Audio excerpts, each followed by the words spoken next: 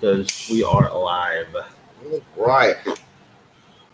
What is going on, everybody? Frankie here for the Bakersfield Gentleman with my brother Miguel here again at Culebra's Lounge, back in Bakersfield, California, after 6 great days in Las Vegas for the Premium Cigar Association 1933 annual event. Now, obviously, it didn't take place last year, so they did a couple different things, but it went back live this year, and there were a lot of ups and downs. I'm going to be 100% transparent with you guys. There was a lot of good and a lot of bad to be taken from this thing. So with that being said, Mike, go ahead and let's get into the video so we can start talking about the PCA. Absolutely. I'm going to roll that intro, guys. Do me a favor, share this. Whoever wants to hear some more PCA information, this is the time to come to us right now. Have your questions ready, and we'll have a lot to discuss right after this.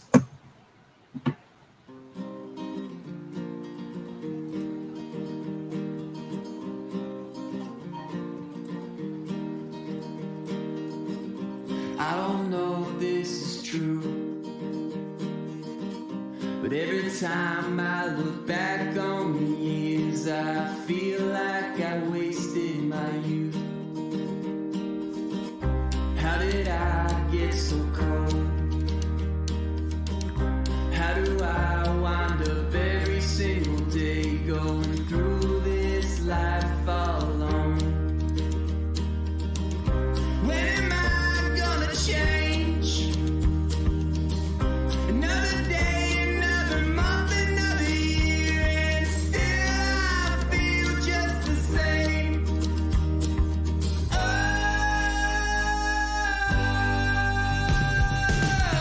help me, I can't shake this feeling away. Help me, I feel like I'm going insane. Help me, I got nowhere to go, I'm afraid. Help me turn this around here today. There's no laughter these days. Far too seldom do I get the chance to even put a smile on my face.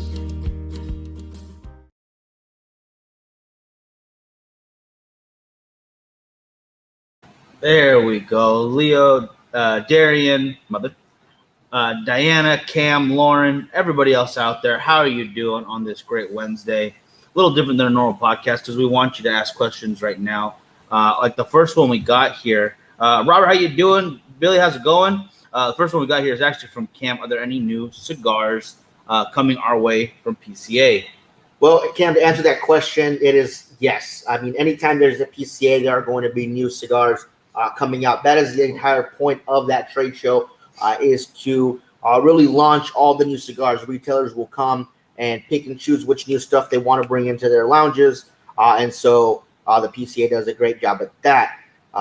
With that being said, there were several new cigars, several show-only cigars, and several PCA member-only cigars that were available at the show. And lucky to say, the more that we do for Cigars and More, the more leeway we get. So I actually put in 3 orders myself with the help of Miguel. One of them is nothing new to the shop as far as the brand itself, but new in terms of size and some specialty stuff. So I'll spoil that right now before I post the pictures, you guys. That, of course, is my Oliva Serie V Milanio, now getting a full-on Toro size. It'll be right between that Robusto and the double Toro, so a nice new size right in there, as well as the Oliva Serie V Milanio Maduro, getting the full range of sizes now that the Milanio will be getting. So you can look for that as well. Also from Oliva, we'll be getting the 135th anniversary. This is a beautiful new cigar from them, and it is going to come in a 12-count box as opposed to a 10-count box like the other Serie V Milanios do. And we're also going to get a advent calendar type thing. They're calling it a holiday calendar, but it's an advent calendar, however you want to slice it. So basically, there'll be 25 days of cigars that you can open up and smoke one every day from Oliva. Now, Tatuaje is also doing this, but I wasn't able to put an order in with Tatuaje, so we'll have to wait and see if we get that in. I'm sure we will. But Oliva is doing it, and it's a beautiful looking thing. All different shapes and sizes. So every day, starting with the first, you pop open a different little window, and you get a different cigar. So that looks like it's going to be a lot of fun. We got a few of those, and I cannot wait to get those in as well. Next up on the list that is going to be new to Cigars and More is the Sacred Arts line from El Septimo Cigars. Now, I was a little confused when we were going over exactly what it was, but there are 6 cigars that we are getting in the shop, all beautiful different sizes with colorful different boxes and artwork on each one from famous artists like Michelangelo, Raphael, and so on. These boxes are absolutely stunning, and they come in different colors. You got your purple, your silver, your black, your white, your red, your blue, your green. I think that's it. I don't remember. There were 6 of them that we got. So amazing stuff coming from El Septimo as well. They also showed the England versus Italy game, which was a big draw during the thing, especially since it came out to a shootout. They got crazy, which is extremely crazy. And the final thing that I put an order in for that I was really excited about was more Aganorsa. As you guys know, we brought in Aganorsa after TPE. It's been doing exceptionally well at Cigars and More. Now, we have not had the Supreme Leaf in because it's only been able to order twice a year. We met our minimum threshold as far as we're ordering through Aganorsa, and we're going to get a few boxes of the Supreme Leaf plus the Anniversary Maduro in. Both you could only get at the show, and only if you ordered so much stuff from Aganorsa. So we will be getting in both of those. The Anniversary Maduro, which is a limited release, which will actually have a numbered box. So don't forget that. As well as Supreme Leaf. Supreme Leaf. Right. Let me start from the top of these because there's a lot of comments. Okay. I want to start with Billy right there, talking about Protocol and Blanco. I didn't really get a chance to talk to the Protocol guys very much, but I hope all of those who are going to their pool party next weekend or this weekend, the 17th. I think it's on the 17th. I'm pretty sure. But either way, I hope you have a great time over there. I was hoping to get out there with my boy Chris. I miss him. But that will have to happen next year, guys. It's just too close to PCA for me this time. But we did talk to Blanco Cigars for quite a while. Got another interview in there. Got to talk to a gentleman who was making some very impressive, very airtight but easy to open travel cases. Yes, very lightweight. With a flat top tube to it. We'll go into that more in detail when we do the interview because I think we got one in there. But basically, it is a new travel case, and it looks like it's going to be a little more user-friendly, I would say. A little more user-friendly, and the price point's really great. So I'm very excited to get more information about that. Gary, they suck. I hope you don't mean the cigars. You talk about me like that, but you were talking about Oliva when that got brought up. I hope Oliva, they don't suck, sir. Oliva's great. Where was that at? That was on Facebook. It was like right around when we were talking about Oliva. So I don't know. I hope not. Doug checking in. Good to see you. Diana, any great new flavors? Actually, I am very excited for a lot of new companies, at least new to us, that I am very excited to tell you about their flavor profile and to get some reviews on those. Brad Burkos posted a picture of a booth that left a mess. Did you see? I did not see that, brother. Tom, how you doing? We got a quick word in with Black Label, but we didn't get any samples. There's something awesome coming from there as well from them that I cannot wait to get on shelves. Now, I will say, just a disclaimer, you guys, a lot of the booths did not have a whole lot of samples to give away. As you guys know, Nicaragua, Dominican, Honduras, all those different countries are still experiencing a shortage of labor force down there. So production was halted a bit. As well as back ordered. So we did not get as many cigars as we have in years past, but we did get a lot. So I'm not complaining about that one bit. We weren't just going to be overboard pushy about other brands wanting to get samples just to try them out. I completely understood that they didn't have enough to go around. So that was absolutely fine. The companies that we did get some from, absolutely fantastic. Companies that we didn't, we understand, nothing wrong with that. 100%. They got to get to the retailers first, not the realtors. You'll understand that pun when you see some of the videos. My bad. I will say that right now. My bad. Yes. Glad to see you, Josef. Eduardo, Billy, everybody in the comments. I want to make sure to say hello to everybody, too. We'll start seeing them in September. Most likely September, October is the ship out dates. There are some that are scheduled for the very end of the year. So we're looking at beginning of the year, really. Sorry. Right. Just because they wanted to get you excited about what's coming. But there are some stuff that is ready to come right now. The Stillwell Stars from Dunbar and Tobacco and Trust comes to mind because Jose is smoking a Todos los Dias from them right now. And the new size of the Sin Compromiso, the Paladin, should be also coming in, as well as a Tricky Traca in that smaller size with its counterpart the Mi Querida, also in that smaller size. So a lot of stuff from Dunbar and Tobacco and Trust. Great interview with Soccer that we were able to get. So don't forget, you guys want to watch that when it comes out. Some other great stuff. Yes, Black Label Trading Company had some stuff. We weren't able to get samples, as well as Crux, who won Best Small Booth of the convention. Yeah, El Septimo won Best Medium-Sized Booth, and deservingly so, JC Newman won Best Large Booth. They had the coolest cardboard clock tower factory that I've seen in my life. It was really cool. Unfortunately, they had to throw it away at the end of the show when I wanted to convert it into a cigar lounge. Just not feasible at this time. Pop-up lounge. Yeah, I love that. Yeah.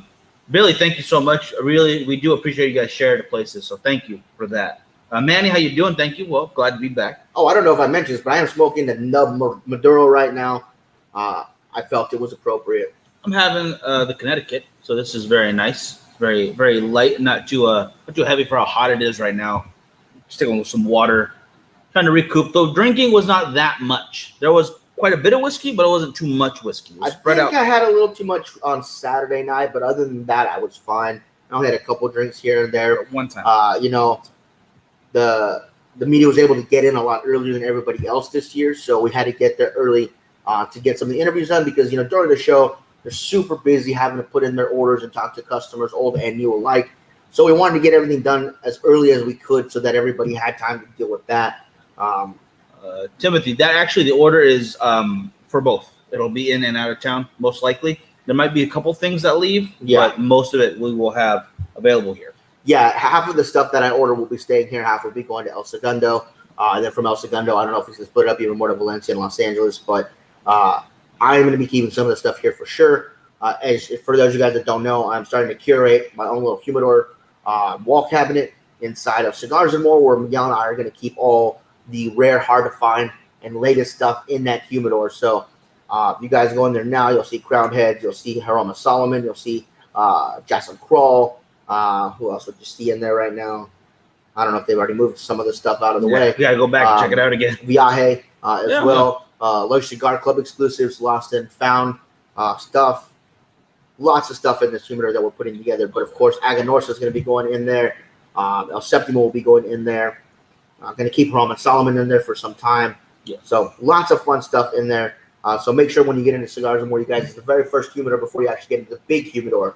This is a stand-up cabinet. So you don't want to check that one out before you go into our big humidor. Then, take a tour around that. Yeah, it's definitely packed in that thing. So you're going to find something you'll love before you even go into you guys have the freestanding ashtray from Drew Estate in the smoke shop, the freestanding one.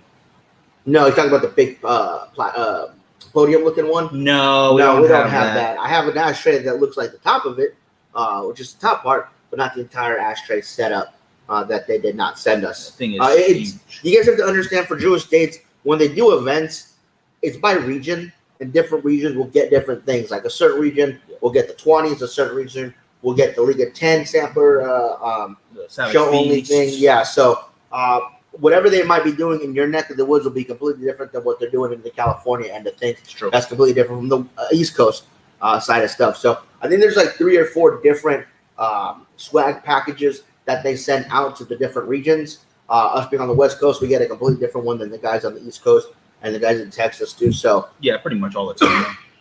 If that was one that went out for that, we did not get it. And Manny, absolutely, yes. The one on the left side of that door, you just check that out. Yeah, like we said, we have the Lost and Found series in there. If there's any of the Luxury Cigar Club exclusives, they'll be in there, depending on if we still have them. Yes. We run out. Same for the PCA. What do you call it? LCA. The LCA group as well will also go in there. Again, if we have any to spare. But those tend to disappear pretty quick. I also wish you would cook. Yeah, man, yeah. Us too. Next year. Us too. Yeah. I'm pretty disappointed not to be able to go. Yes, it is limited. Absolutely. I will say, even with the shortage of stuff that was there, Sinistro, Oliva, both gave us stuff to give away on the show, you guys. Alec Bradley as well, which is fantastic. And I'm very happy to say, even if you guys may not be familiar with the brand just yet, Jay London did an amazing thing. Jonathan over there, he's a big supporter of Luxury Cigar Club. You might have tried his cigars in one of the packages over the last year. he has a new cigar coming out that's not even released yet. He gave us a 5-pack and signed it himself For you guys. for us to give away on the show. So that's absolutely awesome. So one of you guys on the last Friday show of this month is going to win an unreleased 5-pack of Jay London cigars signed by the man himself. So that was really cool. Yeah, he was asking us about the show and told him, what we did and how we do it. He's like, oh, if you guys ever do giveaways, I was like, we actually do giveaways at the end of every month. It's like, boom. And it's like, okay, done. And so I took a picture of him signing it, or after he signed it, and of course a picture of the cigar. So that's going to go to one of you at the end of the month. So don't forget to watch on that date, you guys. Awesome. Robert, how you doing? Thank you so much. And not talking about the end of the month, the last day of the month, that last Friday, we're going to be doing an extra episode, which will be an event for anyone who purchased a 5-pack a week before that. So you have to order by that Monday so we can get it to you in time. You order one of the California Dreamin' 5-packs, not a whole 25-pack. You don't have to do the whole thing. You can if you want to. I'm not going to stop you. But you order a 5-pack, you get entered in to the virtual Long Ash contest. There will be a prize for the winner. I'll post the picture of that later this week, or at this point, early Monday, basically, because this week's already done. Well, it's been done. Yeah, I'm going to recoup the next 2 days. I'm going to start editing, so that'll be fun for both of us. But we do have a couple of guest smokers on that episode, so if you guys want to join in for the Long Ash contest, there'll also be a chance to win other prizes just for showing up. But in order to get on, you have to have purchased a 5-pack. It's the only way to enter. So you'll be using a California Dreamin' Volume 1 for the contest. I'll be doing the same. I've been getting pretty good, so I might have to win the own prize, just to see what happens. But everyone who purchased one is already entered. Whether you want to or not, totally up to you. You don't have to do it. Right. But would love to see you all there. Yeah, so able to see some great companies out there. Matilde, a company that I'm not too familiar with. They were in California for a while, stopped distribution to California. Now they're coming back. And I've heard a lot of great things about them. Now, they're not for you guys that are heavy smokers. They are known for being mild to medium at best. But from what I hear, they do some fantastic work with some fantastic tobacco. So I did get a sampler of their entire lineup here. Miguel got one as well. So we're going to smoke those, probably do a full-on review for those cigars. And if we enjoy them like we think we are going to, we're going to want to bring those in the shop. They're actually doing a really cool thing called a limited exposure program, to where you can order these limited cigars, and they're each marked for that year with that number of bucks. And as the months go on, every 3 to 6 months, I think they said, they're going to come out with a new limited exposure release. All going to be a Toro size, from what I've heard, and they're all supposed to be top notch. As a matter of fact, the guys from Aganorsa sent us over there to go check them out. So, if Aganorsa is saying they're good, they're probably really damn good. Yeah, I'm very excited to try them out.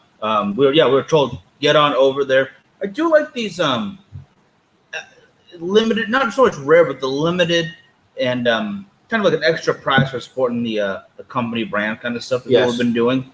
I appreciate that kind of stuff. And it gives you some new things to try on a regular basis without worrying about a whole new lineup coming your way. You're not looking at what would be a good example? Let's say they come out with a new line. So there's 3 different wrappers, 4 different sizes per each. So what are that? 12 boxes. This is simply a 1-box situation with one great cigar that they're very excited and proud of that they want you to try. So that's something that's awesome. What is it, every 6 months or something like that? He said every 3 to 6, possibly 8, something like that. It depends on when the cigars are ready. Yeah, and when they are ready. Yeah. Not just rushing it for the sake of rushing it. So I appreciate that as well. Okay, guys. So now on to some negatives about the show. Obviously, there was a large number of cigar manufacturers that were not there, either by their own choosing, because they no longer wanted to support the PCA, or because of COVID implications. Understandable. So that was a big thing to the show. I really miss seeing out those companies. Davidoff, not so much. I don't really go into the Davidoff booth unless you're in a suit and tie. I just don't feel comfortable in that booth. They're always totally over the top with white everything, clean everything, and just it's awkward to go into that booth for me. I'm a shorts and t-shirt guy, so going into that booth makes me feel awkward. I missed them. I like seeing some of the stuff they put out there, like the year 2019. So you keep saying the year prior, but no, it didn't happen last year. 2019's event, when they had their, for some reason, Avengers accessory lineup, looked awesome. Sure. But it didn't really fit brand, but at the same time, I thought they were really cool. Yeah. So not really going to complain myself. I'm just going to enjoy the view. Yeah. But there were some really cool accessories as well for this one. The Opus X Society came out with Yes. some amazing ashtrays, humidors, cutters, and I believe they had some other swag that you can get along with that. Myself, I like the coffee mug, so I checked that out. But you were telling me about your favorite, the Hemingway. The Hemingway humidor is absolutely gorgeous, you guys. We got some pictures and some video of it, so you'll be able to check that out in the coming week once we got edits all that together. But they are stunning. Coming in at $1,250 price tag, though. I know they're kind of pricey, but they're absolutely beautiful. They no longer use that four foam stick thing. They use 6 Bovita packs of the medium sized one. And I know that seems like a lot, but the way they put them in and the way they configure them with their own little slot, it's actually really, really nice. So it makes sense, and it helps keep the humidity spread out evenly. So it's a better thing. I think it's a better system. It just might take a little getting used to once you look at it, but you'll see why they did it. Yeah, but they all look stunning. They all have matching cutter, lighter, and ashtray to go with them if you choose to buy that, as well as 2 of them have matching carbon fiber cigar holders, a 3 count. Super light yet super durable because of that carbon fiber. But again, they are a little bit pricey. Hey, Steve, Ishmael, and Thomas, thank you so much for sharing. Yes. Hope everyone's doing well up there. Again, you guys, one point that I do want to emphasize about the PCA, and one thing I'll talk about real quick that I think they really messed up on, was they decided to use a hashtag or a saying, if you're not here, you're not relevant. I thought that was terrible. Really shitty. Smaller companies like La Sonrisa, even Southern Draw decided not to go because of COVID, and that does not mean they're not relevant whatsoever. Obviously, Roma Craft just had their party about a month ago, so they didn't want to spend more money, which probably be about the same amount of money to come. I think that was really harsh and a real poor choice of words from the PCA. After their entire speech to the media about they wanted to be transparent and more approachable. It was just a bad call to use that phrase. By no means is people not being there not mean they're relevant at all. So somebody really dropped the ball. Yeah, if you're not here, you missed out. Simple. Yeah, it's true, because you did miss out if you didn't show up. Because there's a lot of great time to be had. There were a lot of cigars sold. There was a lot of excitement and great time to be together. And some things were changed, and I think they acknowledged that. So I hope everyone realizes that was just not the great choice of words. Yeah, it was a really bad, poor choice of words. So I hope that they retract that and they stop using that hashtag or that saying, because it's not it's just not good. Not a good look for the PCA, who's definitely trying to recoup some of the members that it lost, some of the vendors and retailers that it's lost over the past couple of years because of choices they made. They have a new president as of Sunday. So congratulations to him for getting promoted from vice president to president, and hopefully he'll start to steer it in a new direction because it's badly needed. I will say this, for everybody that talks negatively about the PCA, of course, that blunder aside, and are promoting TPE, there's some things you have to take into consideration. TPE, who is run by Crytek, who owns Phillips and Kings and distributes to them, the money that they make stays with Crytek. That's what it goes to. It goes Phillips and Kings, and then all their vape, cigarettes, hookah, weed, CBD, Delta 8, cigars, pipe tobacco, all that stays with them. Everything. As opposed to the PCA, who uses the money raised from the event to do the legal battle stuff. That is why the PCA is so important. Whether you like it or you don't, they're the ones that are lobbying for these that we love so much. They are the ones really helping with the battle for that. And through the PCA event, they raise the majority of their money to do that. So I hope they're able to, pull their heads out soon enough to get people to come back so we can fund more money to that cause, because we definitely need it. And if we were to lose more and more to TPE, I think the PCA would fold and we would lose out on a big, big chunk of that fight. And see here, I don't think it needs to be a one or the other situation, because as I understand it, Phillips and King's event, Crytek's event, TPE, is more cost efficient to go to. The booths aren't as expensive. There's a smaller footprint that you have to have, or you don't need to have, because they do a really good job of the pavilion area. So you can save a bit of money going to that and still take orders for the beginning of the year. January to July, you got a full, basically half the year. So it's a good 6 and 6. split. I don't think that they make a whole bunch of money off of TP. I think it's more advertising for themselves, and they just take, it's probably a little off the top still. You got to make something out of it. Well, they said that they lost out on over $1 million last year. No, TPE. Oh, TBG. Not PCA. PCA definitely. It's a different model because they use that as a fundraising aspect for the fight on Capitol Hill, or whatever I call it. Definitely still go to TPE too, but make sure you're supporting over at the PCA. There's a possibility to do both. You take those big orders at the beginning of the year, great. Take another one and you release your more important stuff and your show exclusives over at PCA. I think that would be a great way to do it still. There's no need to be one or the other. Just kind of keep in mind that PCA will be more beneficial in the long run, not just for sales then and there, but to make sure that you have places to sell to in the long run. A little negative in my book, I will say I love the PCA exclusives, but they don't feel very exclusive if the next week the emails are going out to any other members who didn't show up, who didn't pay for their tickets. Right. Just decide like, hey, here's you weren't there, but here's the deal. And then, as I understand, you pay for your membership, you get the tickets. Now, they need to specify if it's a PCA membership deal, that's one thing. But if it's a show exclusive, you have to have had showed up to the show. Now, even though a lot of companies were doing what you were saying by giving the show exclusives out, I know at least one company did not do that, and that was Aganorsa. Yeah. They had a list of companies that checked into the event, and if they did not check into PCA, they were not getting the show exclusive. So if they didn't check in, they're not getting the Supreme Leaf, they're not getting the Anniversary of Maduro. I appreciate that. But at the same time, if they already signed up for the membership, they already paid their dues.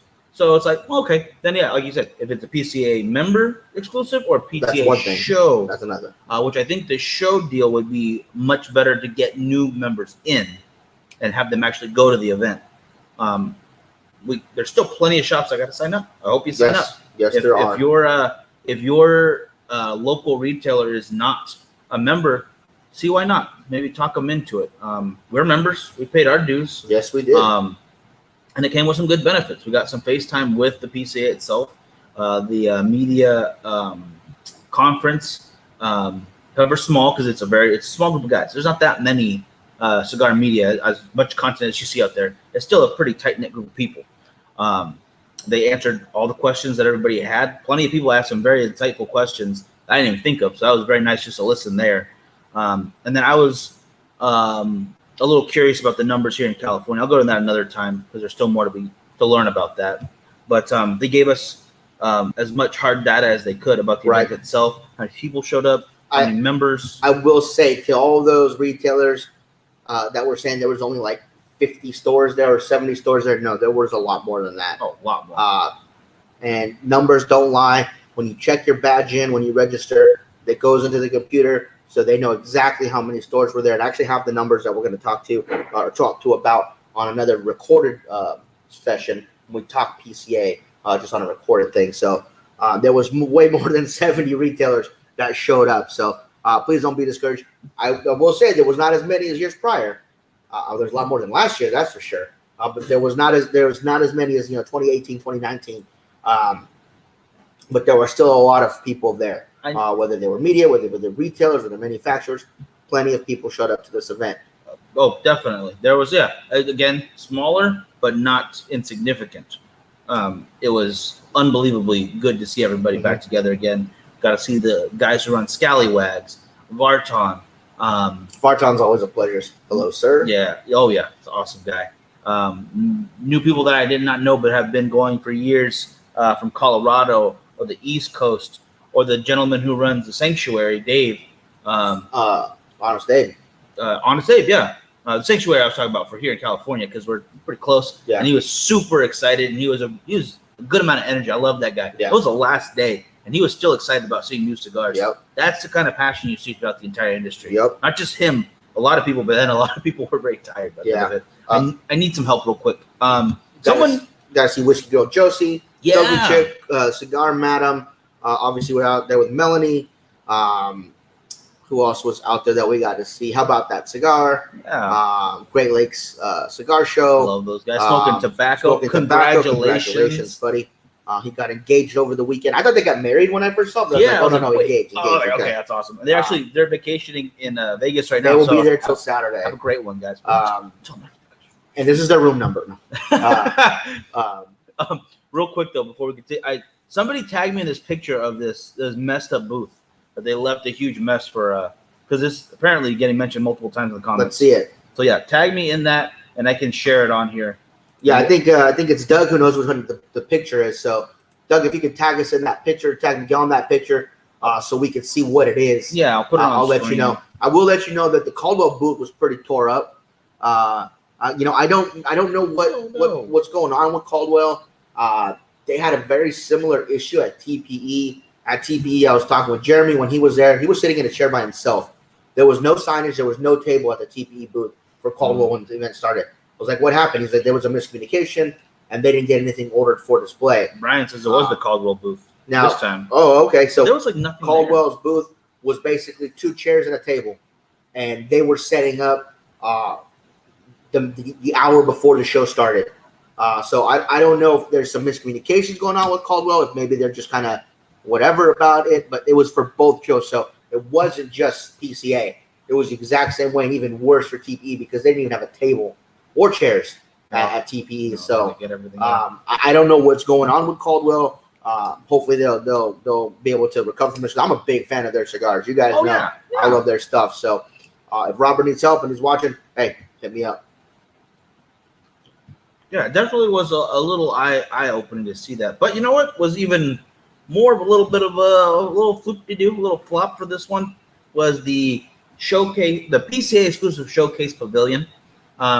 When we first saw it, I just saw an empty booth, which had some really nice wall mounts. Looked like a house. It looked like a little house with a couple of chairs in there you could hang out and some glass displays that were empty. And we're looking at each other like, hey, what guy didn't show up but had his thing set up? Because not Zycar. Prometheus didn't show up at all. Called 9 a.m. to tell their appointments, hey, we're not showing up. Not cool, guys. I had some orders to put in too. I didn't have any of that. I want my lighter. I know you want your lighter, but I don't have any light for that. I ain't got time for that. But it would have been nice for them to let everyone know a little bit ahead of time. Yeah, because there was other retailers there that were pretty pissed like when they got the 9 a.m. email that they weren't showing up and they had stuff to order. Yeah. But yeah, that pavilion, man, they dropped the ball because that could have been super cool. Well, from my understanding, what they explained to us at the media conference is that it was just a time constraint. They had 100 days to set this thing up. Yes. And they were trying to get everyone to put their box in for the PCA exclusives. And a lot of the retailers like, hey, or excuse me, a lot of the manufacturers like, hey, we are in favor of this, but we just didn't have the time to get the boxes completely ready for you guys and for ourselves. Right. So they got to put the setups at their own booths first. They didn't have the extra to make that showcase work as well as they hoped. I think it's a great idea. I would love to see it back next year and just come to full fruition, or fruition, however you pronounce that word. Nonetheless, I think it would be a win to get that back up and going again. They also had a after-hours party planned for every night that wasn't the that was a flop, man. Well, that was a flop. Well, because they thought that they weren't going to be allowed to smoke in the bars. Right. Now, I will say that once they found out that they could smoke in the bars, that shit should have been canceled.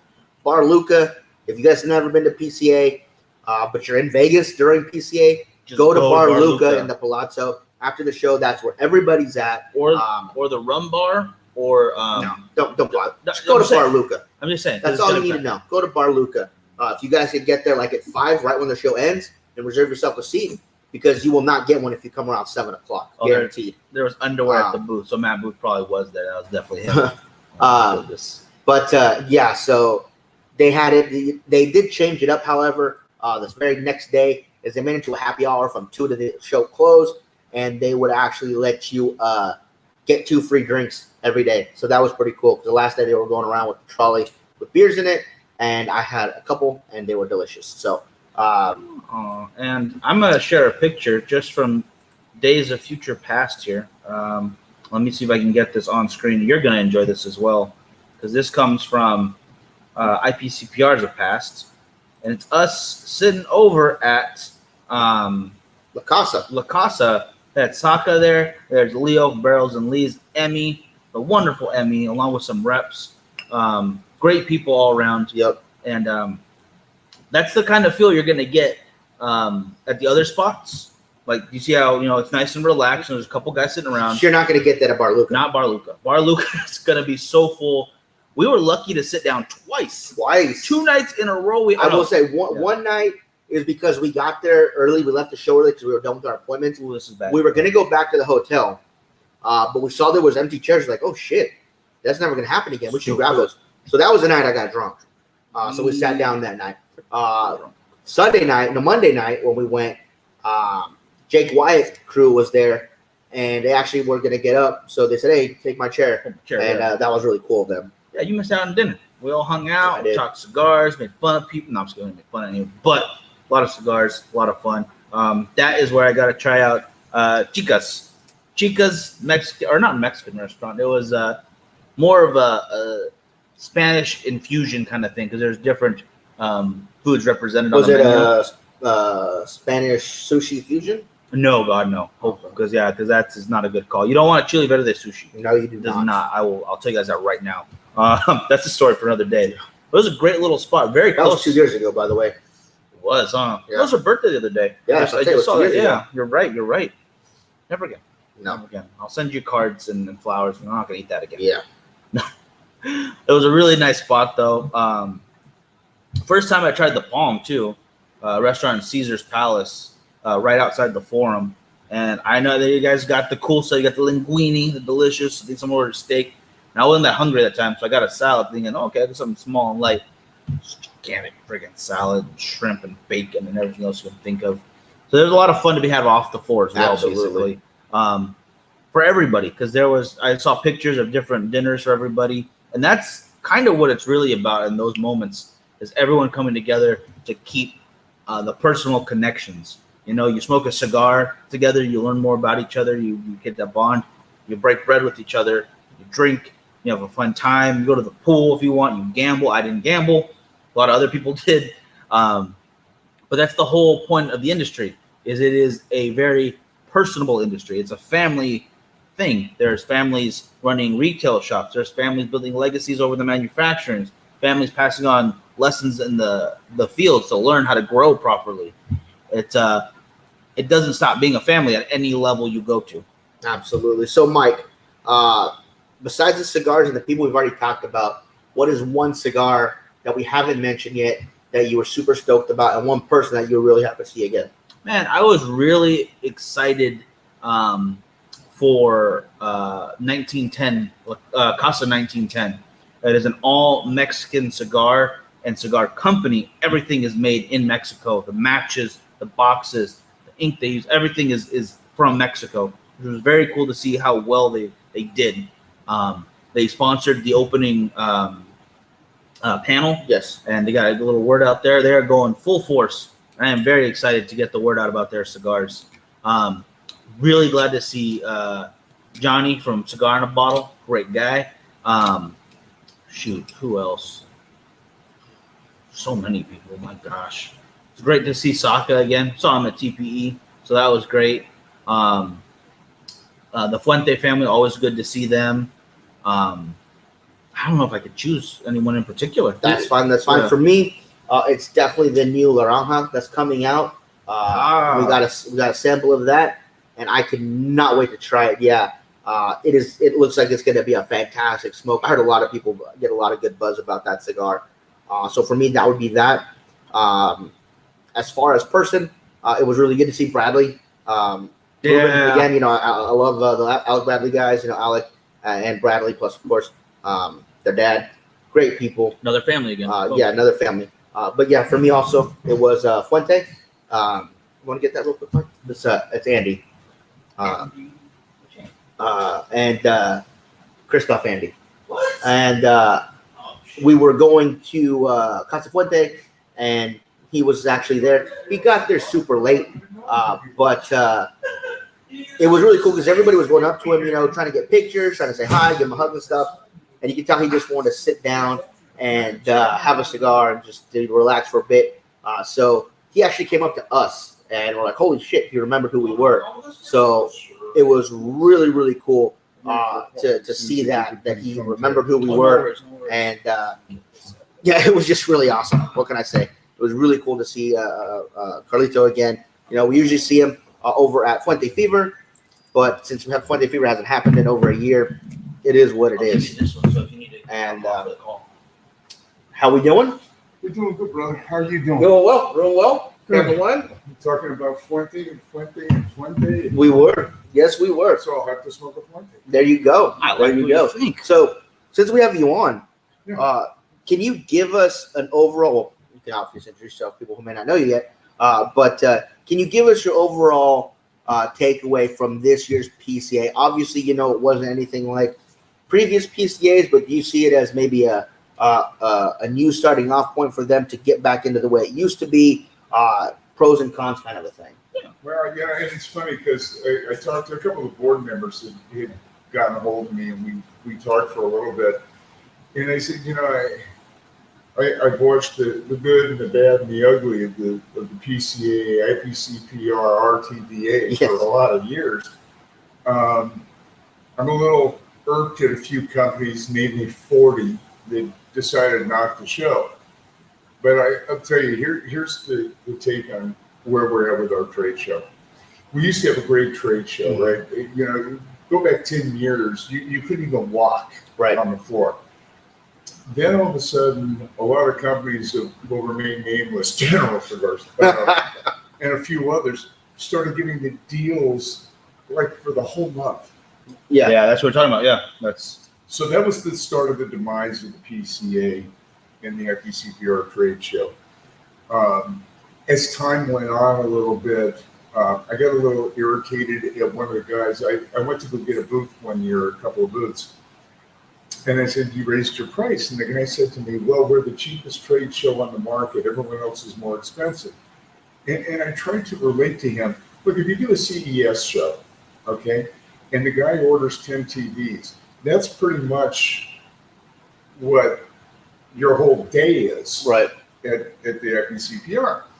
So, yeah, you got to be less money to attract these guys, because for us to make that kind of money, we got to sell, if you're at a cigar company, you got to sell 100 boxes to 10 different customers, and then you're close to a TV order. Mm-hmm.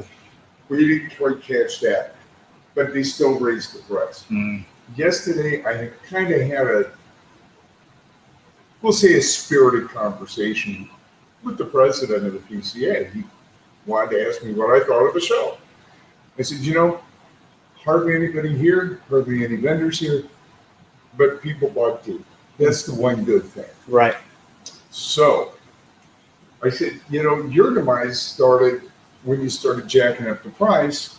And then it used to be if you had 4 booths on one side of the aisle and 4 booths on the other side of the aisle, the aisle was free, and you could use it as part of your display, you know? makes sense. Yeah. So it was part of your booth. Mm-hmm. So now, compete with that, with the TPE show. They've been paying the customers' hotels, giving them free hotel rooms, charging a third of the price for the booths. You don't need to bring your whole display. Right. A company I used to work for told me it cost them $180,000 a year to do the PCA show. You can do the TPE show for about a third of it. Yeah. So the TPE's been coming up. Now, my problem with TPE is that it's glass, so it's all that. People are smoking marijuana on the floor. Yeah. I'm getting It's contact highs. Bad. Yeah. It's bad. But I will tell you that a lot of the people who were there really didn't want to be there. I could tell. Some of the people that weren't there wanted to be there just to see some of us. It's funny because Cynthia Fuente wanted to be there really bad. Right. And we were going back and forth on the phone. I went around to a lot of her close friends and took videos of them wishing her well and wishing Oh, saying that's we cool. wish That we was were here. super awesome. That's cool. And so it kind of cheered her up a little bit. And I know Liana missed her to death. So, you know, as far as the trade show goes, it's kind of unfair. When you look at the beginning of trade shows, we used to have hotel rooms, Mhm. okay? And every brand, you'd go to their hotel suite and you would sit and smoke, and some people would drink, and you'd have a good time. Makes sense. I Now, like that. I enjoyed this trade show more than most because I wasn't working for a cigar company. I was working for Cigar Rights of America. I was at their booth. And I met some new vendors some new manufacturers that really impressed me. Right before the show, Tim Long, I don't know if you, I'm pretty sure you know Tim. Yep. Yeah. Tim talked me into buying this funky cigar with a gold diamond on it called Cavalier. Yeah, Cavalier Scotch. Yeah. Love those. We were 20 feet from Cavalier, and I got to meet Sebastian. Sebastian and I became really good buddies out of this. We're Great guy. friends. Great guy.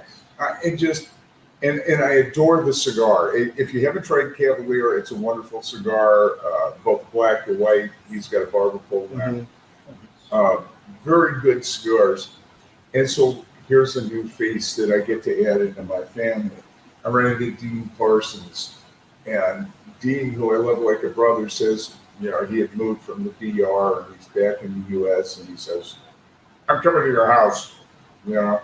And then a few guys that I hadn't seen in a while that showed up, you know, Alan Fonseca. Yes. Yeah. He hurt his back, so he was going around in a Right. In the little, scooter. Yeah. He's coming up to the house next week. I feel very fortunate that when an owner's in town, a lot of the time they come to the house, they feel confident enough to come and relax and enjoy. That's fantastic. Yeah. But as far as trade shows go, you know, you can't really compare them anymore. You've been to enough. You guys know. Yeah. You know, the thing is, I had a great time still. Oh, yeah. And like you said, like not having to work for the company itself, the cigar company, you got to do the CRA stuff. Our job is honestly probably the funnest one there. It's I can't argue with that. I feel very blessed that they even give us that time while they're trying to make sales during what you said very expensive. So every second counts. But you look at people with like the Fuente and the JC Newman boots, which, by the way, were the most gorgeous boots. They really outdid themselves this year. And they were wonderful. And yet people who were new to the company but in higher positions took time away. You know, Arturo Sandoval came and he was playing. Ciro's birthday, they had a big cake for Ciro. It was just an awesome show. As far as a personal level, I enjoyed it. Oh yeah. Yeah. The last day I brought Marisa, my wife, onto the floor. She got to say hi to all her friends, you know, Pete Johnson, Dan Welsh, and Casey Johnson smothered her for a little bit with love and affection. But the one that got I think the most is Carlito said, "Where's your wife?" I said, "Well, she's at the RV." And he said, "You're bringing her to Casa Fuente tonight, right?" And he said, "Okay." And then we all hooked up at Casa Fuente. And I laughed because he's such a humble guy. And it took him a good 40 minutes to get from the front door to where we were. Right, we were always talking had about the that. table in the back. Yep. And I was watching the battle of the babes, the girls that they'll both remain nameless. One on your group and one of them from Florida that they're fighting for positioning. It cracks me up. You're not wrong. Yeah, I mean, so we were watching all the battle for Carlito's attention, and you know, he finally made it back, and it's funny because we've been friends, you know, the Fuentes and us for, gosh, almost 2 decades now, and I try and be careful of what I say to him and to Leon. I'll tell you the story of Leon in a minute, but because we start talking about people who were in our lives, and all of a sudden the tears start flowing. Because Carlito, you want to make Carlito cry, he'll cry at a drop of a hat. Talk about familia, you know, son of familias, you know. But Liana used to do and still does a lot for breast cancer. Yes. Okay. So the pinks and all that stuff that used to come out. So Liana used to have my mother's name in the middle of her back on her shirt that she wore. My mother was a 4-time cancer survivor, 97 years old, passed away this year. The two of us are sitting there bawling like little babies in each other's arms. And it's great when you're so close of a family that you can do that. You know, it's marvelous. But my one regret about the whole thing, I mean, I saw you guys at Casa Fuente. I saw you on the floor, and I'm not going to bother you with the floor you're doing what you're supposed to be doing. Running around. And at Casa Fuente, every time I turn around, somebody else is tugging on my back. Hey, I'm from the Zoom Cigar Bar. Hey, I'm from this group. I'm from that group. And so I had to come down since we're on our way home, and we decided to stop here for the night and visit. I'm so glad you did. Yeah, every time we saw each other, it was that kind of passing ships. It was what we, as much as we could. Hello, how you doing? All right, see you in a minute. All right, see you later. And all of a sudden, later turned into the show's closed. Well, yeah, it's just like, everybody's starting to relax. Nobody's got any samples because everyone knew it was going to be a small show, so they only brought a small amount of samples. And that's fine too. Yeah. But then all of a sudden I look at my wife and go, oh wow, we got a CRA meeting, we have the owners meetings, we had all the owners from all the cigar companies there. And I was chuckling because the people who want to be seen, not the owners, but the ones who want to see the owners. I was watching them all filling the parameters, and all I could think of is, I hope you're listening and not gawking. Right. Because we were talking about where we are politically with the cigar rights, with what's going on right now. A lot of people don't know this, but we passed a law in Congress to exempt premium cigars. Yes. And it stalled in the Senate. They wouldn't let it come up for a vote. So a lot of people, they always go, Republican, Republican, Republican. It was the Democrats who got that passed. The one who's fighting for us to try and save all the jobs, believe it or not, is Biden. And the funny thing is, it's not that there's anything better about a Democrat or a Republican, but you have your beliefs. The problem is the Republicans in the Senate are all in Big Tobacco's pocket, and Big Tobacco wants to kill us. Mm-hmm. They don't want us to be exempt. They want us to be part of it. Right. And so we're fighting this fight. If you have not joined Cigar Rights of America, call here. Send me an email, cigarmanandy@yahoo.com. I'll get you signed up. But we need the members. And if you have a store and you're watching, Great American Smoke Shops, you can sell the sampler packs.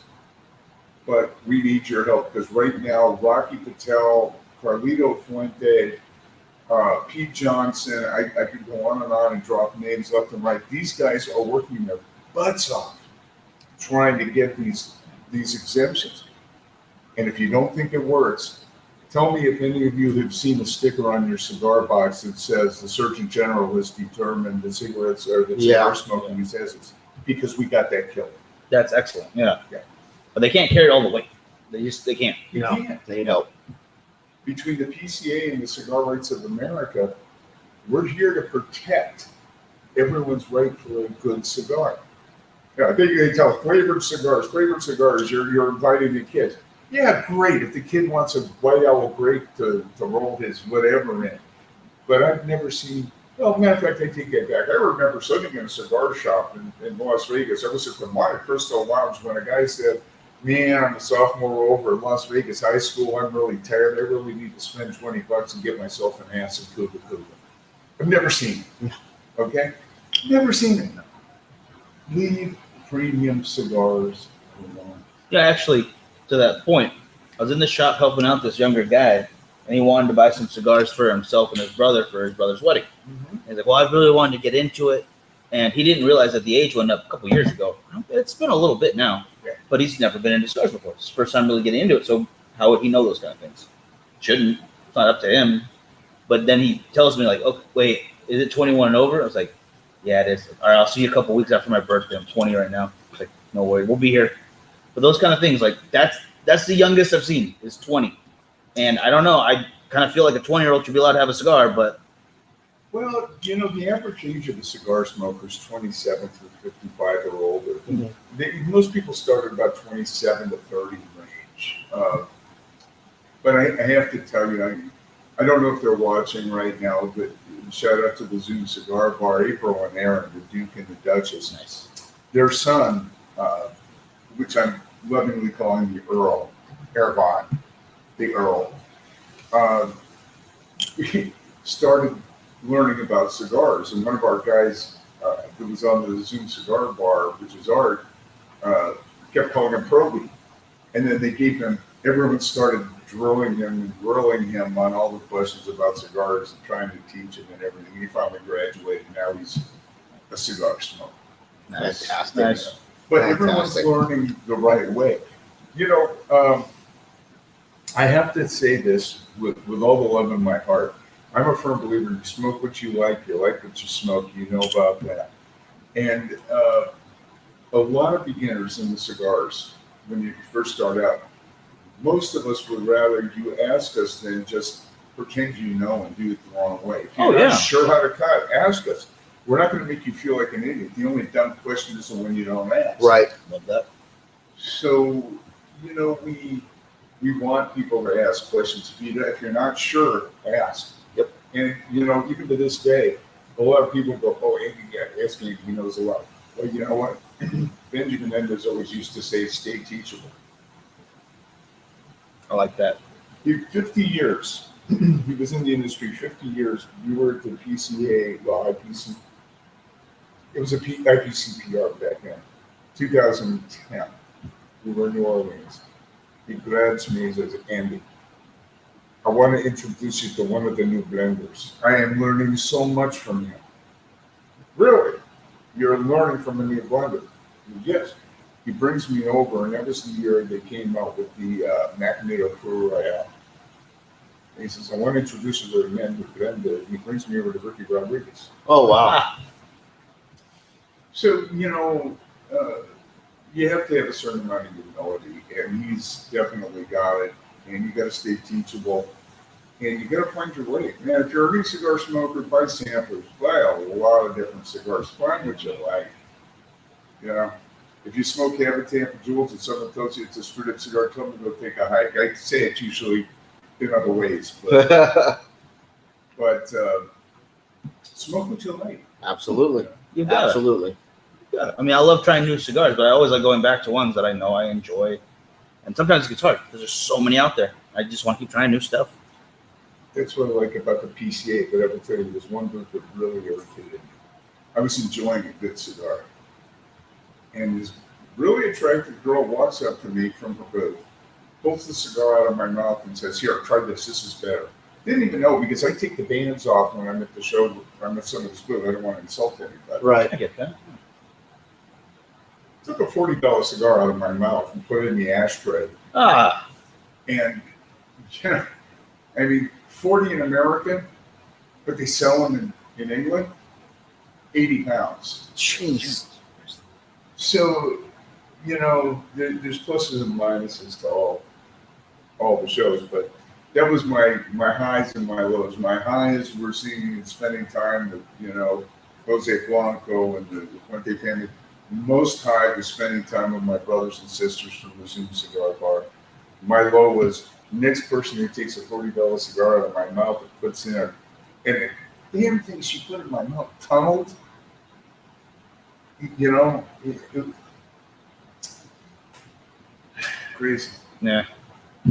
That's I've luckily upsetting. have not had that happen just yet. Yeah. Definitely get offered plenty of cigars. I'm still in the middle of one. Like, all right, I'll smoke this a minute. Sometimes, you know, if I want, I'll put it down. I'll try something else, especially when it's sitting there for a while. But I don't want to put it down. I want to finish. Yeah, I'll put it down for a little bit and I'll take a look at it. But my basic cost, anyone who knows me knows that when I pick up samples at the show, I don't smoke them there. Now, I may smoke some samples at the show if they've given me a few. Right. Eric Yes. Espinosa and Tim Moore, they gave us plenty of stuff.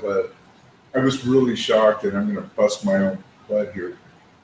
Gurkha actually had a cigar, which I enjoyed. And so they gave me a handful. I don't mind smoking stuff like that at the show. Makes sense, yeah. But when I'm trying to enjoy a cigar, it's my first cigar of the day, and I've cleaned my palate. Don't mess with the guys. Don't ever take a cigar out of somebody's mouth. No. You know, That's irritating. I will say on the Gurkha note, though, our rep Sherman, he did give us a couple samples of their new stuff that they're coming out with. One of them had like a greenish, yes, Revenant, yeah. had that greenish band to that's it. the one. It's Now- a very good cigar, but I don't admit to liking Gurkha. Okay, so there's a couple of them. Right. There's Wait, quite a some few of I the like, newer yeah. ones are great. You know, the San Miguel was good. I enjoy it. The Revenant was good. And you were looking at the band and you noticed two skulls in it, like a king and a queen skull in the band, and you were telling Trevor, "Wow, that's a really cool band." He's like, "Oh, I didn't even see that." So he's looking at the box, like, "I never noticed that." That was pretty funny. But yeah, Kirk is coming out with some good stuff. No, there is. And, I tease people occasionally of it because Gurkha, like every company, and keep this in mind, there's no such thing as a bad smoke or a bad cigar. It's different palates. Everybody's palate is different. And we have a friend named Milford who loves it. He sends us a message. If you get any samples of Gurkha and you don't want to smoke them, send them my way. Great. You, the point is that I was pleased. I was the new cigars that came out this year. Those who came out with new and say good cigars. Yes. And El Septimo, which was the brand that she pulled out of my mouth. Oh. El Septimo. No. Okay. So yeah, definitely An a little expensive pricey. cigar. Yeah. Jeez.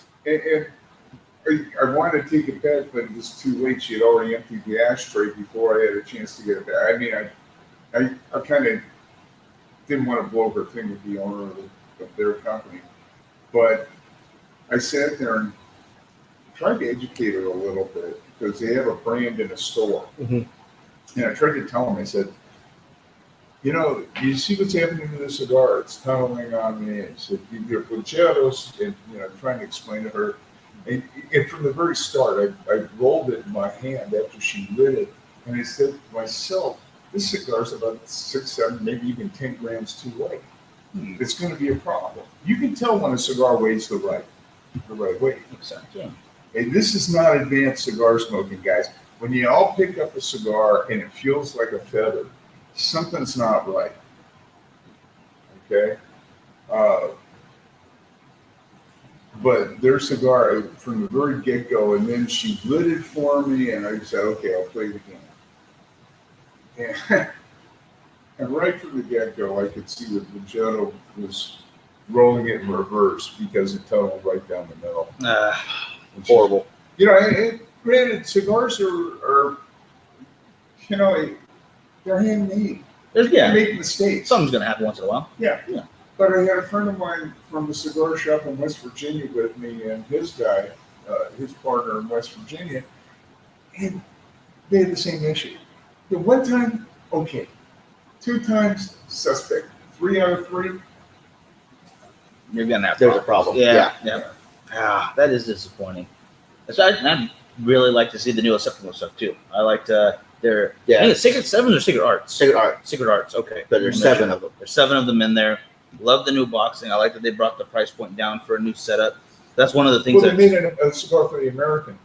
Right. For the Americans, which was more affordable than the 80-pound and 70-pound that you get in London, which was a big plus. Mm-hmm. Yeah. Absolutely. Well, I've always loved the way all their stuff looks too.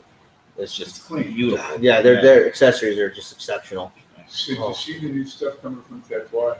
Yes.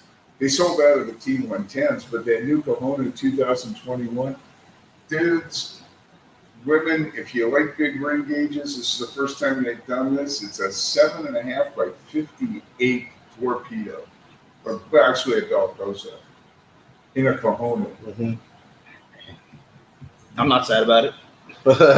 I don't do big ring gauges, but I'll try them to smoke them. Usually 58 I can muster if it's in a Belcosa.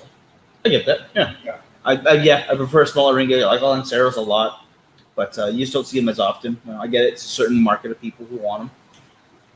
You guys ever talk to Noel Rojas? A little Yes. bit, yeah. Noel's got, he's kind of my hero because everything he does is all smaller ring gauge. I love small ring gauge, but the beauty is you have to have the time to smoke a smaller ring gauge cigar. It takes a little bit of time. But the new stuff that came up, I'm looking forward to smoking some of the stuff that some of the people came out with. Germany gave me a couple of the Americans, which I'm looking forward to smoking. The Rosado came out in a new size called the 44. It's a little bigger ring gauge, but it's a smaller cigar, it's about 4.5 inches. A lot of new stuff. I was delegated to do 2 Cigar Live or Facebook Live interviews. I wasn't even given the choice now. I was really painful that I had to do Nick Perdomo and George. I mean, it's rough. It's rough out there. So I'll let you know about the story about George and Carlito doing the compilation Yes. of his fathers. The reason that they didn't have anything to display at the show is they're not ready yet. Right. They're not ready to be shown. They're not ready to be sold. But I love those guys. I mean, you look at two really, really world-class cigar makers, two really, really world-class cigars.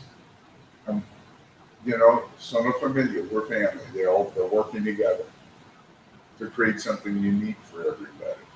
And I'm really excited about it. Oh, Absolutely. yeah, I have no problem not showing anything. When it's ready, it'll be ready.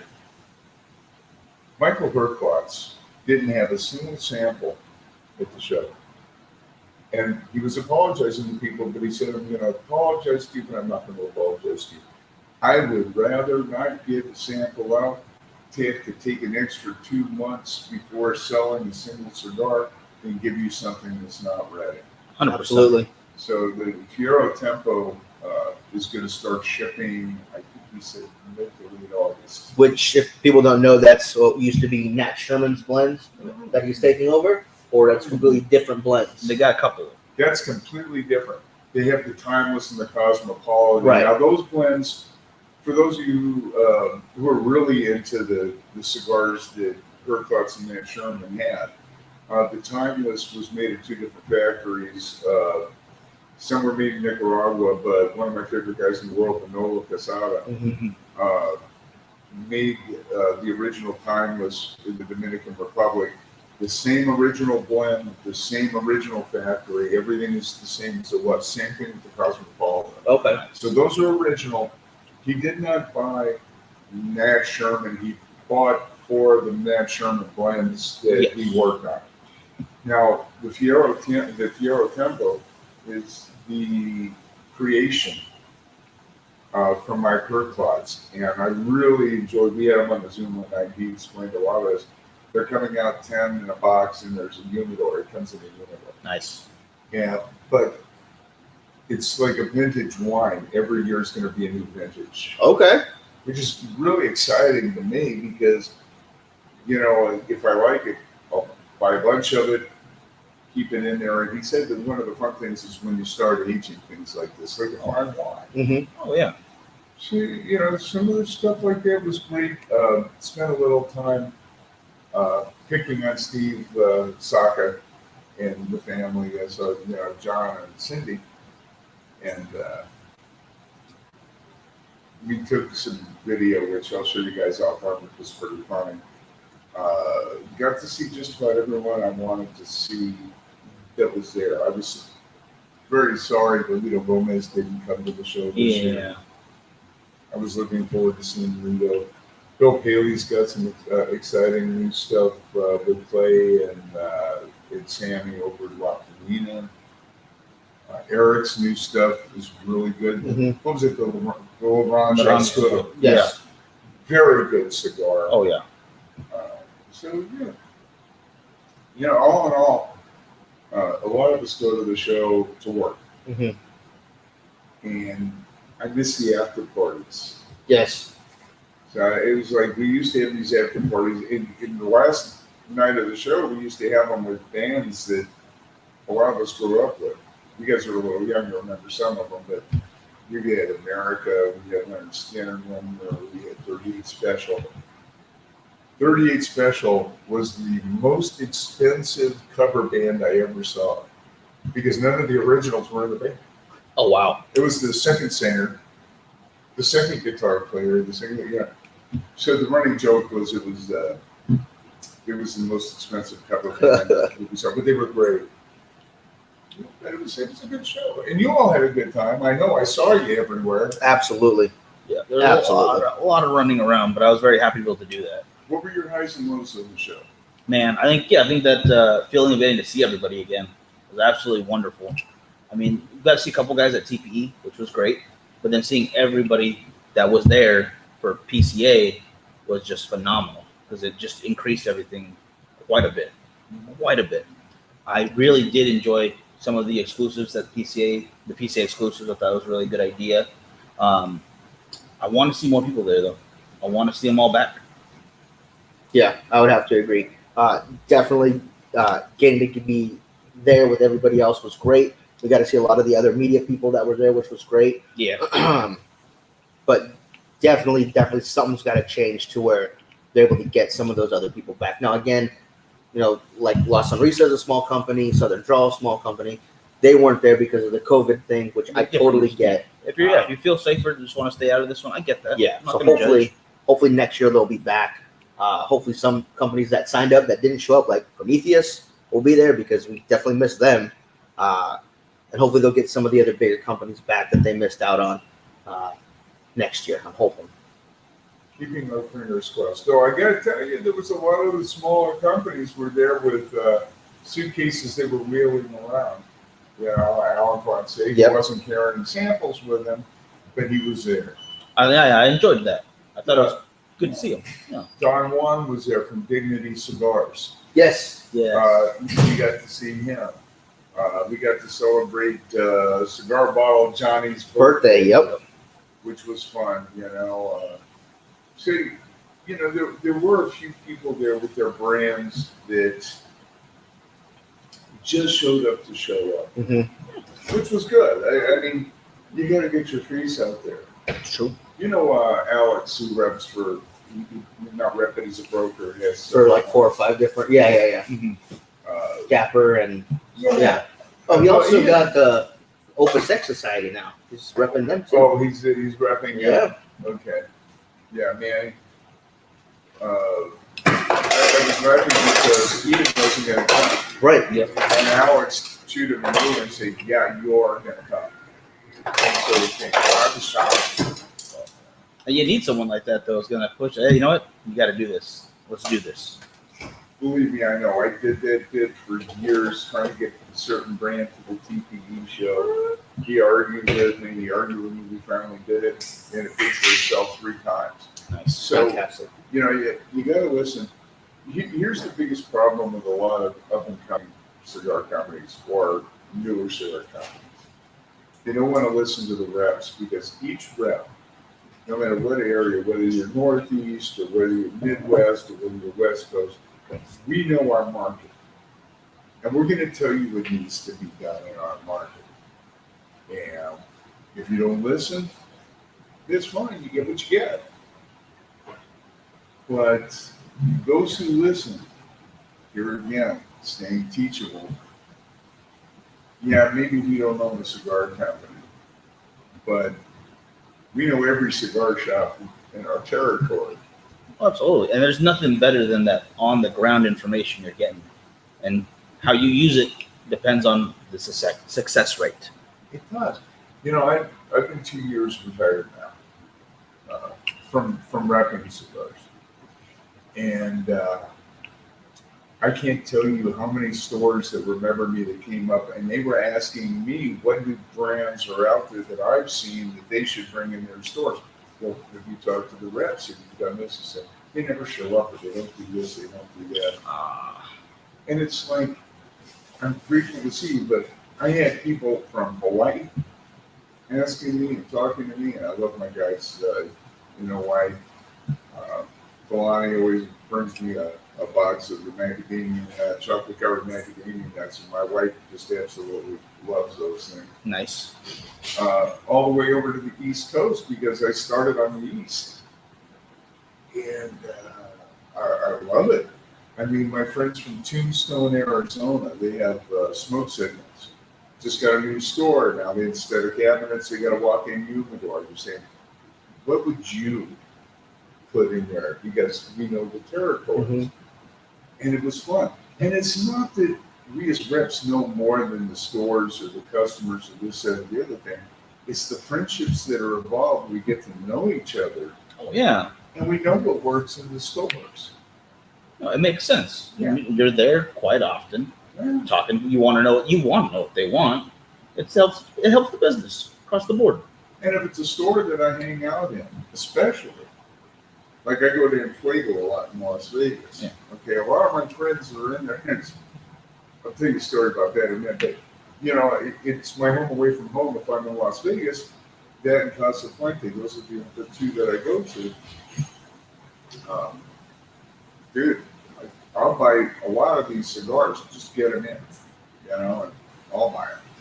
But I guarantee you, you're going to sell them. Right. Nice. I go into Fuego yesterday, and I'm sitting there. A guy sits down at the table with us. We got enough to run shit table, but it was like 6 of us at the table.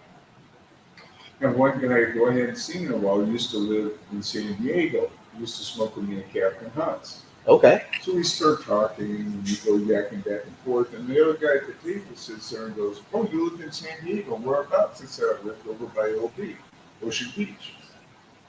He goes, "Really? Do you know so-and-so?" "Yeah." He goes, "He was one of my closest friends." I said, "Okay, so you've been to his house, right?" I said, "Yeah." He says, "Yeah." I said, "Pretend you're looking towards the street in his house, and you look across the street and you see those two houses." I said, "Yeah. The one on the left is where I lived in my life." "Yeah, we know them well. We lived for a long time." And so we started yakking back and forth, and another name comes up, a friend of mine by the name of Matt Walker. Well, Matt used to do Smoke Easy in the SeaTac area. Then he moved from SeaTac to San Diego. He was the commander of the Coast Guard cutter. I can't remember offhand the name of it. It'll come to me. But anyway, he was a Coast Guard cutter commander, and we had a Herf on his cutter. Nice. And we took a cruise on it. Very cool. Shoot 50 cals and M16s.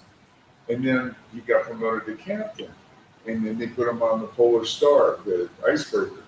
And some of us were invited. I wasn't going to go, but invited us on the Tiger cruise.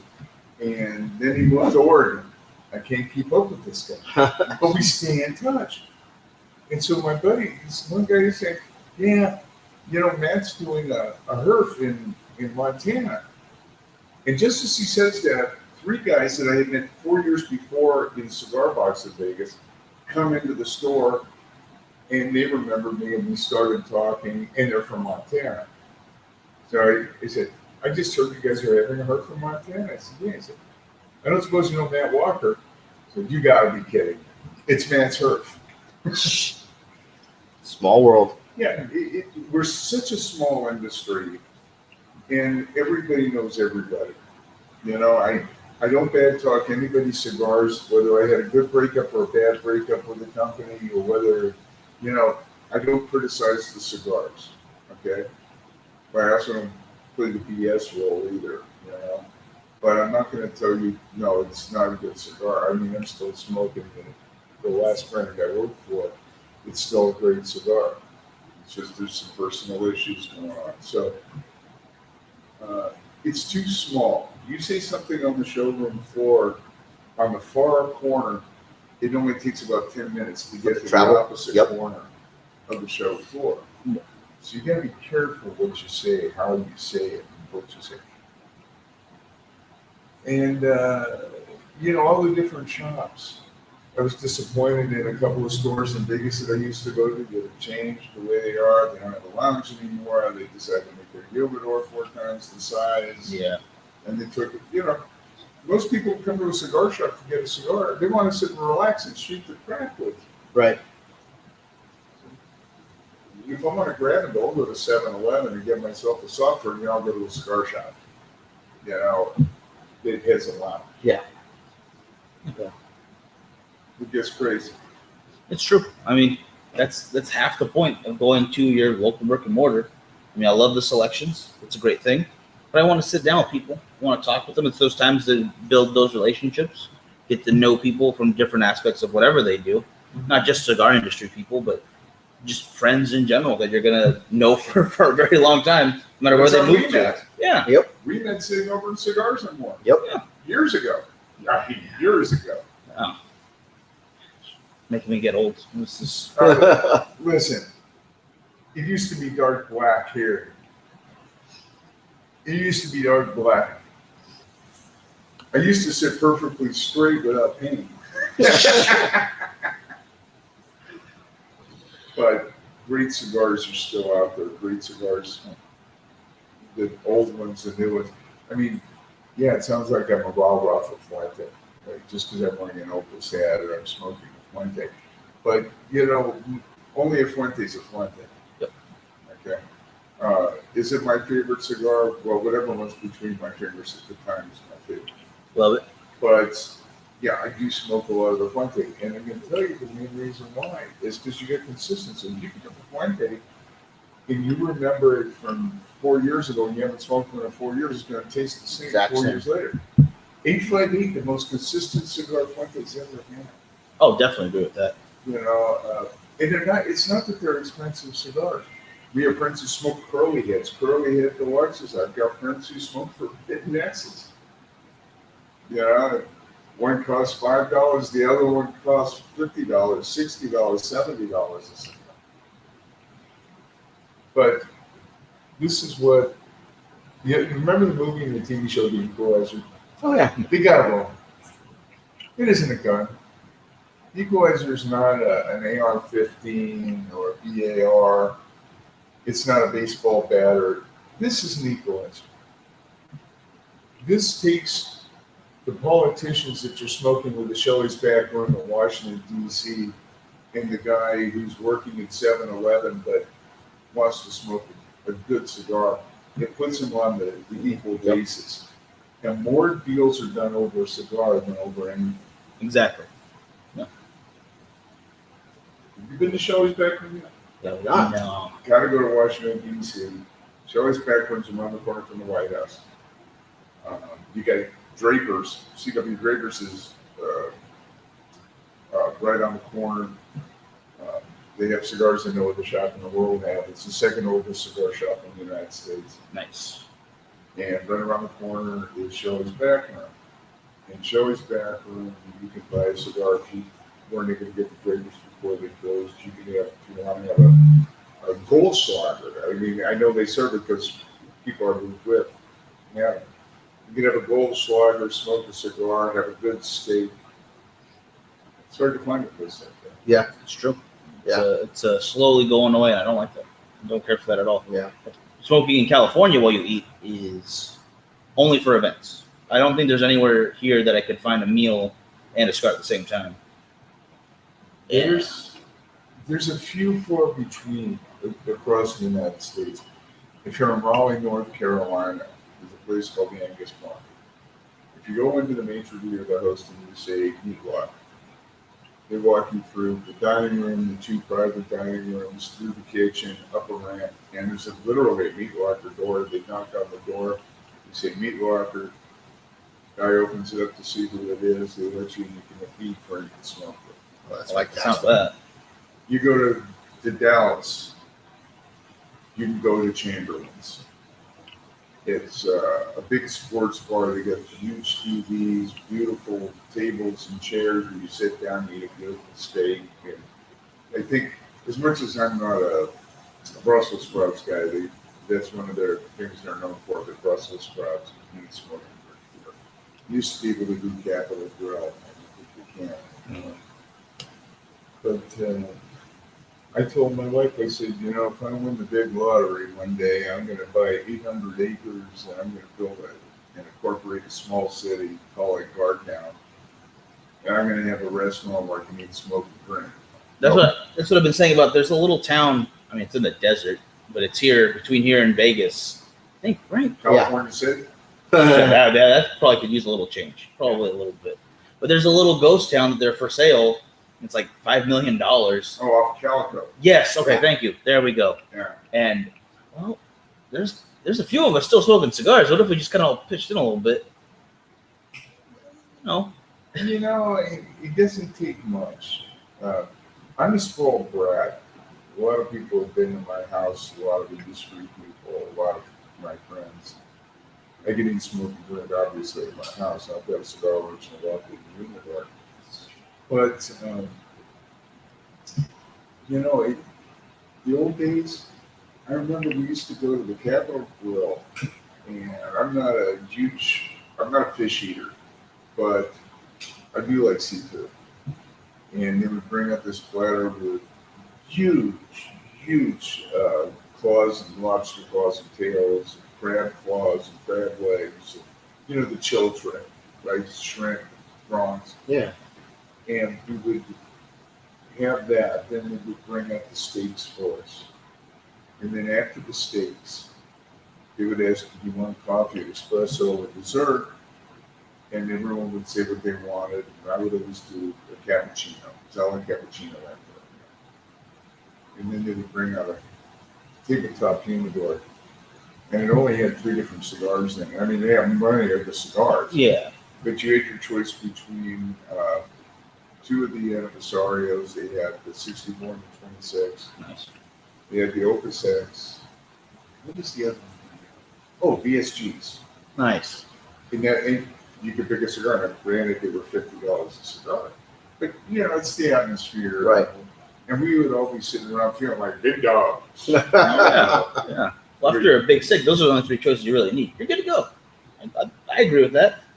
There was a spot in Texas, Boyle no Brasa. Yeah. There's a Brazilian steakhouse, and after your meal, they have a little cigar lounge on the side. Maybe enough chairs to fit around the pool table I have right here, and a very small humidor with a couple choices. I mean, they have a couple flavors, and they have a couple just, you know, the bigger name brands, and you can bring your own. They don't care.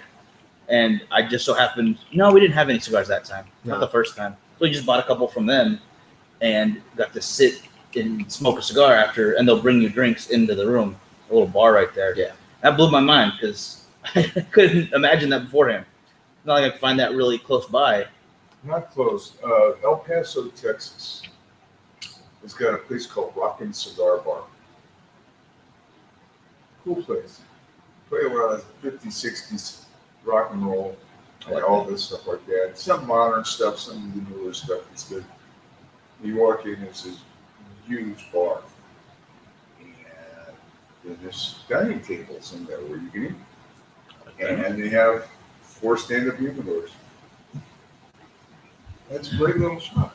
You just kind of fish them out. I have discovered that Facebook, not just Facebook, but Instagram, they've all become the enemy of the cigar. God forbid you should mention cigar, or we had a friend who was talking about, I got a great deal on such and such a cigar. It was this much online.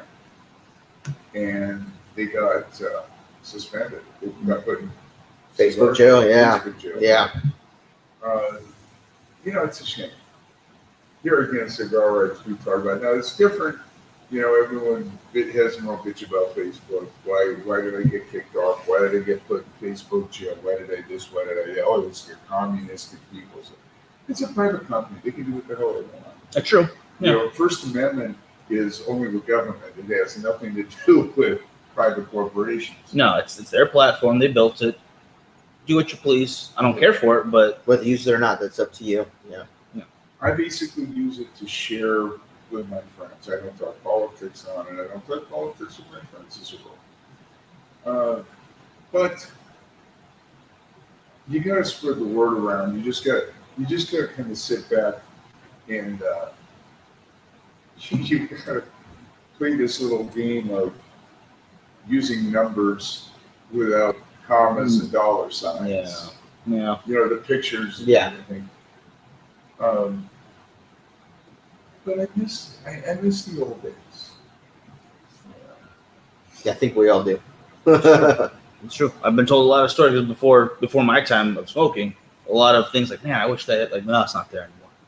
All right, well, there's still plenty of great stuff. I'm not going to complain because there's still so much. There's so many wonderful lounges still. There's still lots of great cigars out there. But I would like to have been able to be a part of some stuff that was before my time.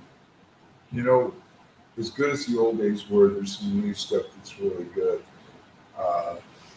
One of your members at this place here at camp talks with us on Zoom Cigar Bar a lot.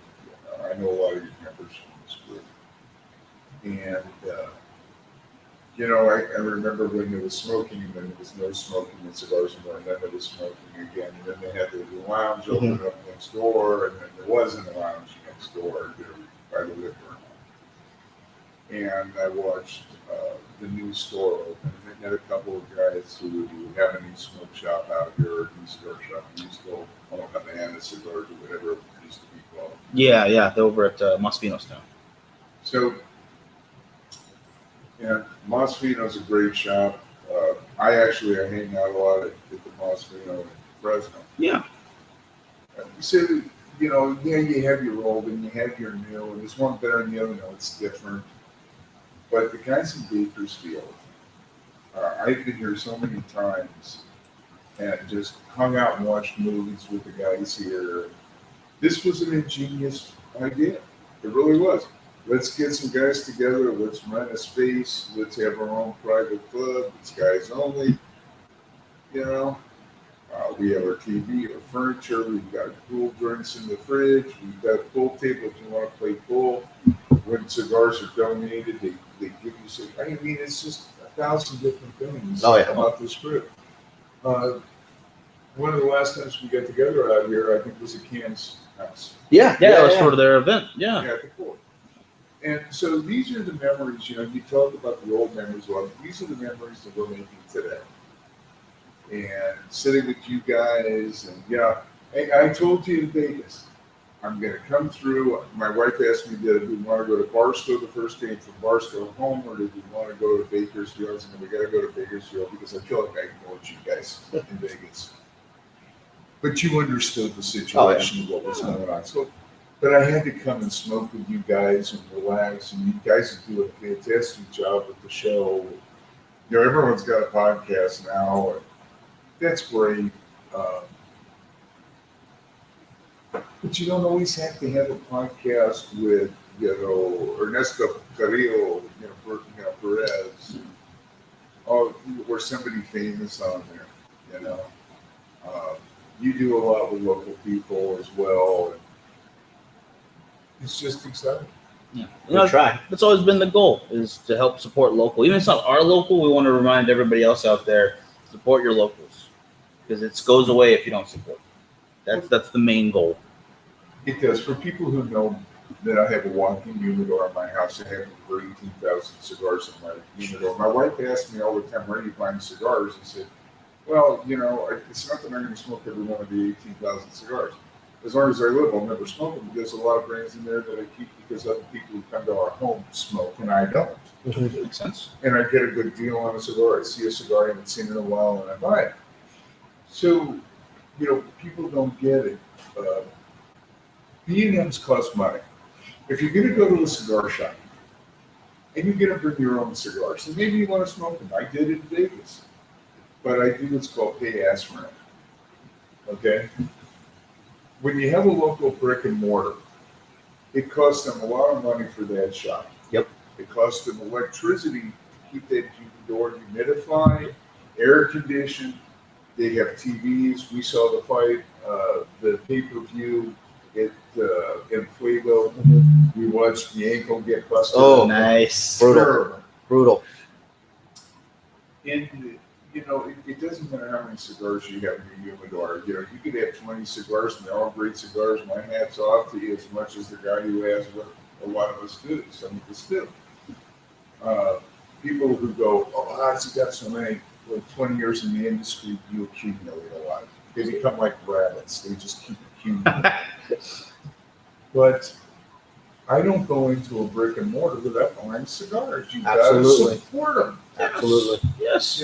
And yes, for all you Californians, I'm going to be as straight up as I possibly can.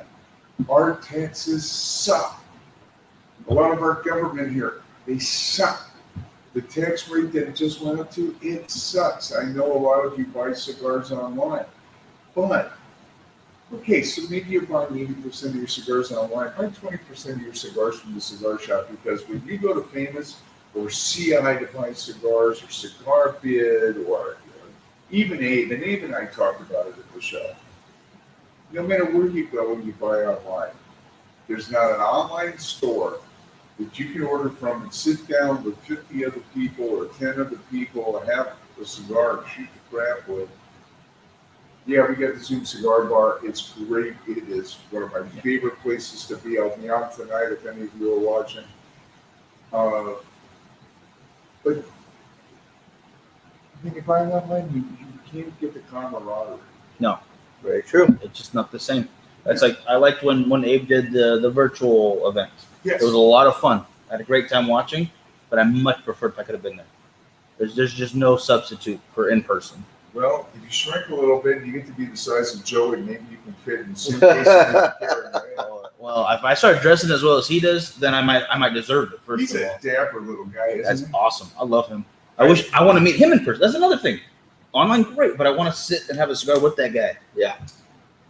When we got to Vegas, we had Kristen Shalene, Jose and Nishi, Lauren, April, and Aaron, and Marisa and myself all hooked up. And these are my brothers and sisters from the Zuma Cigar Bar. I'm pretty sure I got everybody down. And there was a couple who had shops that were there too, Patrick and Chet, so hopefully I didn't leave anybody out. And you feel like there's more of a connection when you meet in person. We have a great connection absolutely. online, Yeah. but you have so much more of a connection when you can hug somebody. It's a big deal. And that's why I push. Do you have a B&M anywhere around you? Some people don't.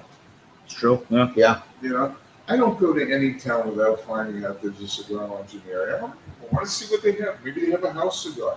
I know April and Aaron like the house cigar at Fuego. They buy those when they're there. But I have discovered some great house cigars at different places. Oh. Funny thing is, I still am learning from people in that group who haven't been smoking but a year and a half. Everyone's got information for you. Everyone does. Yeah. I mean, I met some people who had a cigar. I want to call it Drunken Duck or Drunken Fish Yeah, or the drunk chicken. Drunk Yeah. Chicken. She's great. Yeah. Okay, they loaded me up with some cigars, you know. I told them, point blank, I said, she goes, what'd you think? What'd you think? What'd you think? I said to her, I said, what do I think about your cigar? I said, I'll tell you when I have a clean palate and I smoke it. It's hard. Yeah. I'm It's not hard. going to insult you by smoking after my mouth is like an ashtray from smoking stuff that people have made me smoke. And I truly believe that. Now, here again, I was blessed because I was right by Sebastian. Sebastian, if you ever see this show, mucho love, man. In mi corazón, okay? He loaded me up. Every time I needed a cigar, he gave me a cigar. So my mouth wasn't an ashtray. I was smoking the same cigar throughout the day or the same brand, which really helps a lot. Right. I don't like to mix brands a lot in a day because that messes with my palate. Yes. You know, who was that I was talking to? Oh, Lorenzo from HVC, Mhm. who's starting to use Palo de Oro, which is a Peruvian tobacco. Great stuff. Nobody really knows how to use it, but people are starting to try now, and I'm discovering HVC, which is a great line. Yeah. The first one I had that was given to me was not my cup of tea. The second one that was given to me was a different one that was awesome, and I've got the new one to try. So many of them. Enrique Sejas was there. I hadn't seen Enrique Sejas in a couple of years. His father, Jose Sejas, Mhm. a legend in the industry. Always looked the same. He's got a cigar called Matilda. If you Yes. haven't tried Matilda, try it. Great cigar. Right there, guys. Oh yeah. Awesome cigar. He's got an Escudo Lancero that's awesome. Absolutely. Enrique Sanchez was there. 1502 cigars. Yep. Another one of my favorites. I used to work with him 8-9 years ago. Came out with a new one called the Sapphire. It's got the blue band. A little pricey, but awesome cigar. So, you know, it doesn't matter. You try the new ones. You know, you might like it, you might not.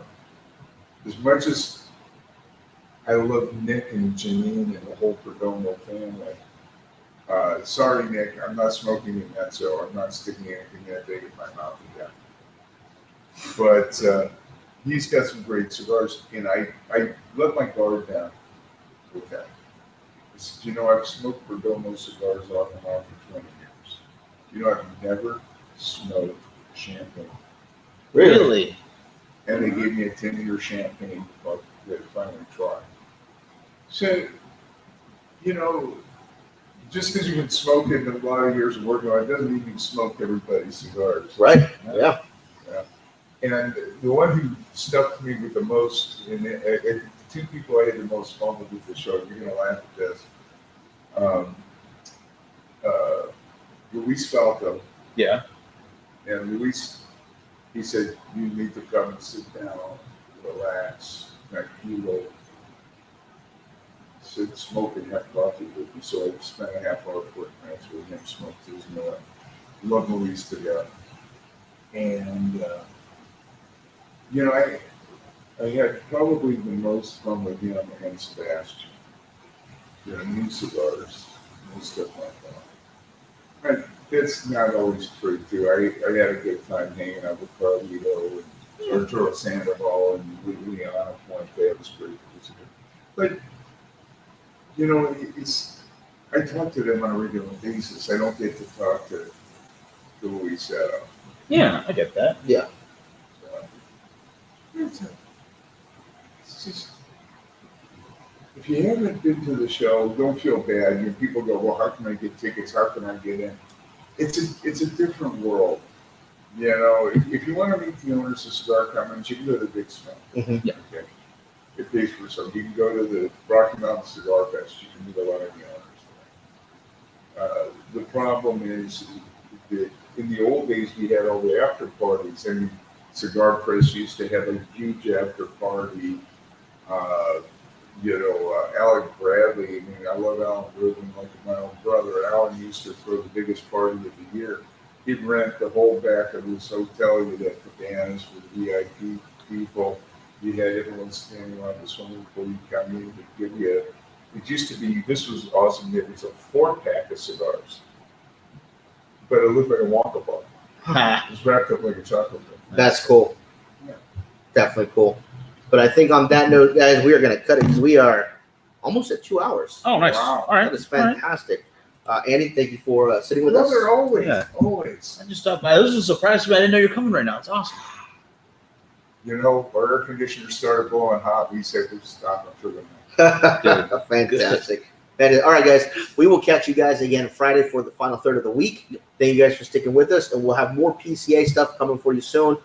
So wait for those videos to be edited by Miguel, and they'll be out as soon as possible. We will catch you guys next time. Y'all have a great rest of your week. Have a good one, guys.